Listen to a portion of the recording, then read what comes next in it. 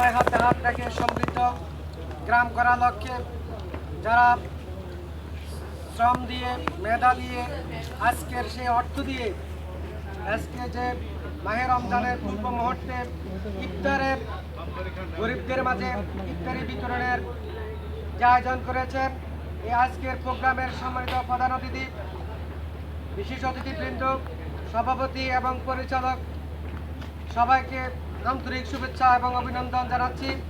প্রবাসী ভাইদের যারা উদ্যোগ নিয়েছে তাদের কাছে আমি কৃতজ্ঞ। আমরা এই গ্রামের অধিবাসী হয়েও আমরা গ্রামে থাকি, আমরা আমাদের সমাজের যে হতদরিদ্র মানুষের চিন্তা করি না।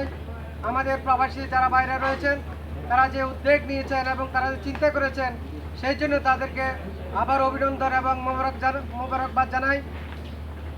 আমরা যারা এই গ্রামে আছি তারা আমাদেরকে যে সহযোগিতা করতেছেন, আমাদেরকে সংঘবদ্ধ করার একটা পথ বের করে দিয়েছেন।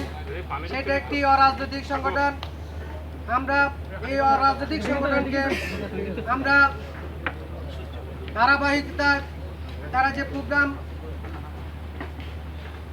চিন্তা ভাবনা করে এক এক করে তারা আজকের ইফতারি কার্যক্রম পরিচালনা করতেছে। তারপরে শুনছি তারা একটা কোরআন শিক্ষার একটা ব্যবস্থা নিচ্ছে। যারা বয়স্ক আছে অথবা আমাদের ছেলেমেয়েরা যারা বিভিন্ন প্রতিষ্ঠানে যাইতে পারে নাই অথবা মুরব্বীরা যাইতে পারে নাই, তারা কিন্তু কোরআন থেকে অনেক দূরে, নামাজ সহিভাবে কোরআন সহি না থাকার কারণে নামাজ সঠিকভাবে হচ্ছে না। সেই জন্য তারা এই উদ্যোগ নিয়েছে মাহে রমজানের শুরু থেকে শেষ পর্যন্ত হয়তো তারা কোরআন প্রশিক্ষণ দিবে এবং মাহে রমজানের যে কতদারি কীভাবে করে সেই প্রশিক্ষণের নিরিখে তারা আরেকটি প্রোগ্রাম রাখছে। সেই জন্য তাদেরকে আমরা সার্বিকভাবে সহযোগিতা করি। আমাদের এই গ্রামে যারা আমরা বসবাস করি, আমি তাদের উদাত্ত আহ্বান জানাবো।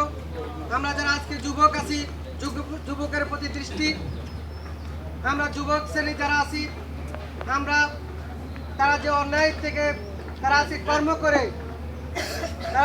কর্ম করে তাদের যে পারিশ্রমিক আমাদের অর্থনৈতিকভাবে দরিদ্রদের মাঝে বিতরণ করার সুযোগ করে দিয়েছে। আমরা যারা এই যুবক এই সমাজে বাস করি, আমি মনে করি এই যুবকের দায়িত্ব হচ্ছে এই সমাজকে সুন্দরভাবে সুগঠিতভাবে একটু সুশীল সমাজ হিসেবে পরিগণিত করার জন্য তারা যদি সংঘবদ্ধ আজকে যেভাবে সংঘবদ্ধ হয়েছে, আগামী দিন যদি তারা এই সুসংগঠিতভাবে যারা কাজ করে